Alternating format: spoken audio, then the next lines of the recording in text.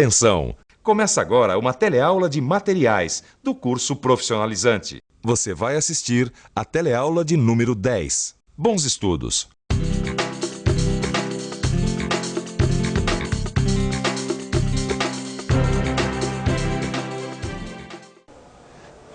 Que calor! Gente, se eu não estivesse aqui trabalhando, vocês sabem onde eu estaria? Eu estaria sentado em frente à televisão lá de casa, vendo o meu time jogar, não é verdade? Ou então sentado à sombra de uma árvore, em frente a um riachinho, ali só esperando os peixinhos beliscar a isca. E é claro que para completar, com uma latinha de bebida gelada que ninguém é de ferro, não é verdade? Que invenção maravilhosa que foi a lata, não é? Mas não é verdade? Ela é fácil de carregar, ela é prática, ela é leve, ela é resistente. Pois muito bem. A gente tem muita peça em alumínio aqui no almoxarifado. O alumínio facilitou muito a vida da gente na pescaria, no transporte, no trabalho, na construção civil.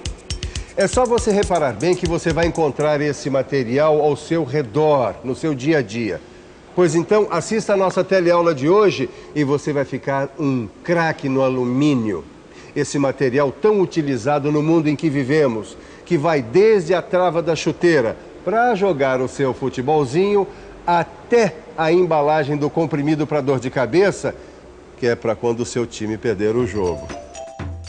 Vai aprender a história da descoberta deste metal não ferroso, vai conhecer a personalidade e as propriedades físicas e químicas que determinam sua densidade, resistência e condutibilidade.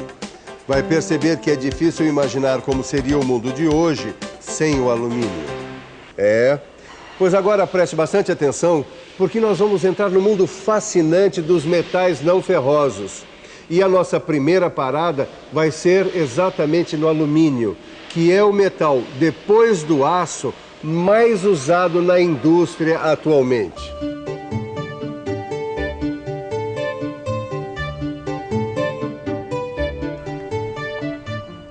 Hora do lanche? Não é nada disso. Eu tô com um tema da nossa teleaula nas mãos. E o tema da teleaula é chocolate? Não, é sobre o material dessa embalagem aqui, o alumínio. Ô, Jonas, você já reparou como o alumínio faz parte da nossa vida? É verdade, Célio. A gente está cercado por objetos de alumínio. Tem alumínio na latinha de bebida, em embalagens de comprimido, em chaveiros e até na embalagem do chocolate. Mas não é só nas coisas pequenas que ele está presente, não. O alumínio também está presente nas fachadas dos edifícios, na superestrutura dos navios, na fuselagem dos aviões, nos ônibus, trens, metrôs, caminhões. Agora, você sabe me dizer por que o alumínio é usado nesses veículos todos? Isso é muito fácil. Tem a ver com uma das características do alumínio, a leveza. Além disso, a leveza possibilita grande economia de combustível. Outra característica muito importante do alumínio é a sua capacidade de resistir aos impactos do meio ambiente, ou seja, a corrosão. Na sua barra de chocolate, a camada de alumínio protege o chocolate aos impactos do meio ambiente para que ele não estrague. É graças a esse casamento perfeito entre leveza e resistência em relação aos impactos do meio ambiente que o alumínio se tornou um metal utilizado em larga escala. Ele é usado na fabricação de esquadrias para a construção civil e também na construção de tanques para a armazenagem de produtos químicos, combustíveis e alimentos. E para não deixar a peteca cair, eu continuo relacionando as características do alumínio.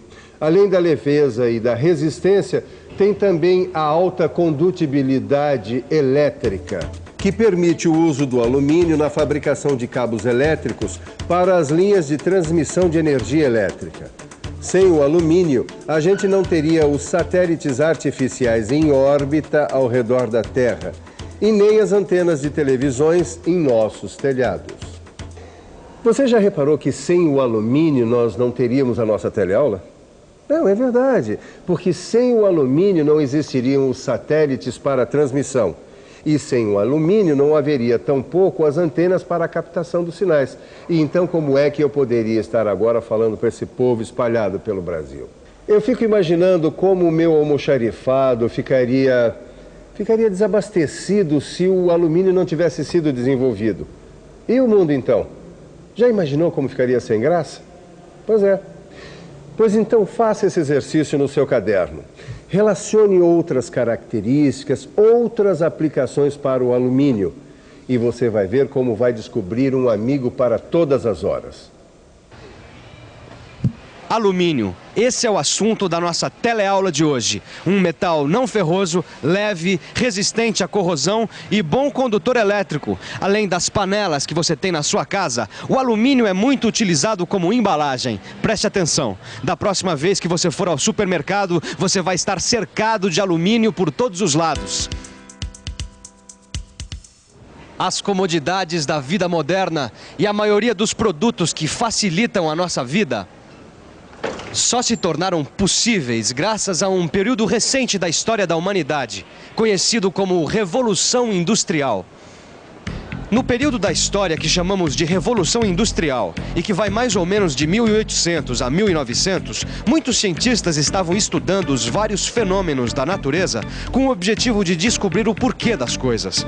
É nesse período histórico, de tanta curiosidade e sistematização do conhecimento, que nasceram algumas ciências como a biologia, a física e a química. E começaram a surgir novas descobertas voltadas para a produção industrial em larga escala. E a produção comercial do alumínio foi uma dessas descobertas. Cientistas de vários países estavam pesquisando. Quem deu o primeiro passo foi um inglês, Sir Humphrey Davy, que entre 1808 e 1812 tentou isolar o metal pela primeira vez. Depois de muitas tentativas, ele conseguiu um pequeno avanço. Chegou a uma liga de ferro e alumínio. Quer dizer, então, que é desse minério, a bauxita, que se extrai o alumínio. É sim, Neuza. Os historiadores contam que Sir Humphrey tentou várias vezes extrair o alumínio da bauxita, mas não foi além da liga de ferro e alumínio. É que ele não fazia ideia da pequena descoberta que ele havia feito. Ele pensava que havia descoberto o óxido de um metal. Ao metal desse óxido, ele deu o nome de alumínio. Bom, pelo menos ele teve a honra de batizar, né? Eu gostei do nome que o Sir Humphrey escolheu. Aluminium. Sabe, eu gosto muito de pesquisar a história das descobertas. Eu me sinto assim, um aprendiz de cientista. Eu acho que a gente devia escrever na lataria de alumínio do nosso kart o nome de todos os pesquisadores. Legal. O segundo passo importante foi dado por um físico e químico dinamarquês, Hans Christian Ørsted, 15 anos depois das experiências de Sir Humphrey. Ele também fracassou nas tentativas de separar o alumínio da bauxita. Sua grande vitória aconteceu em 1825, quando ele conseguiu separar o alumínio de seu óxido. Para isso, ele aqueceu uma mistura de potássio e cloreto de alumínio e depois separou o mercúrio resultante dessa mistura por destilação. Sir Humphrey Davy, Inglaterra. Hans Christian Ørsted, Dinamarca. Os dois primeiros nomes que nós vamos colocar na carroceria do nosso kart. Olha, tá aqui. O dinamarquês Hans Christian conseguiu chegar a um composto de alumínio impuro, mas já garantiu seu lugar na galeria dos pesquisadores que entraram para a história. Quem será que deu o próximo passo, hein? Bom, eu já percebi que os cientistas não desistem facilmente. 30 anos depois, 1854, um cientista francês, Henri Saint-Clair Deville, aperfeiçoando o processo de mistura e destilação, conseguiu pela primeira vez obter uma pequena quantidade de alumínio com um nível de pureza de 97%. Mas foi somente em 1886 que dois cientistas, o francês Paul Héroult e o americano Charles Martin Howe, trabalhando isoladamente, cada um no seu país, descobriram quase que ao mesmo tempo o processo de decomposição pela eletrólise. Vamos trocar em miúdos o que é eletrólise, para você ficar por dentro.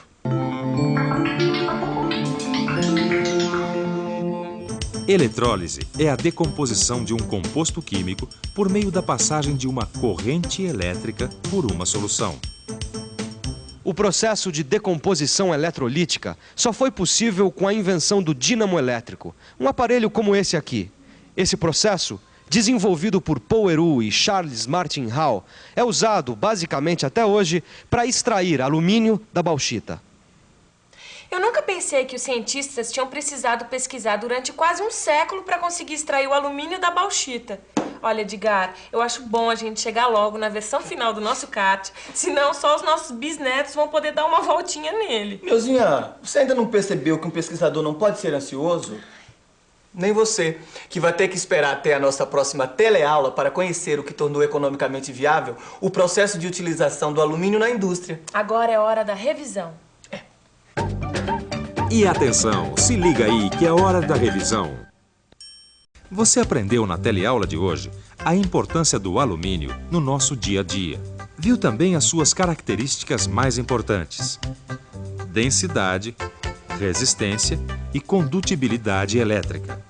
E como essas características são utilizadas na habitação, transporte, comunicação, abastecimento.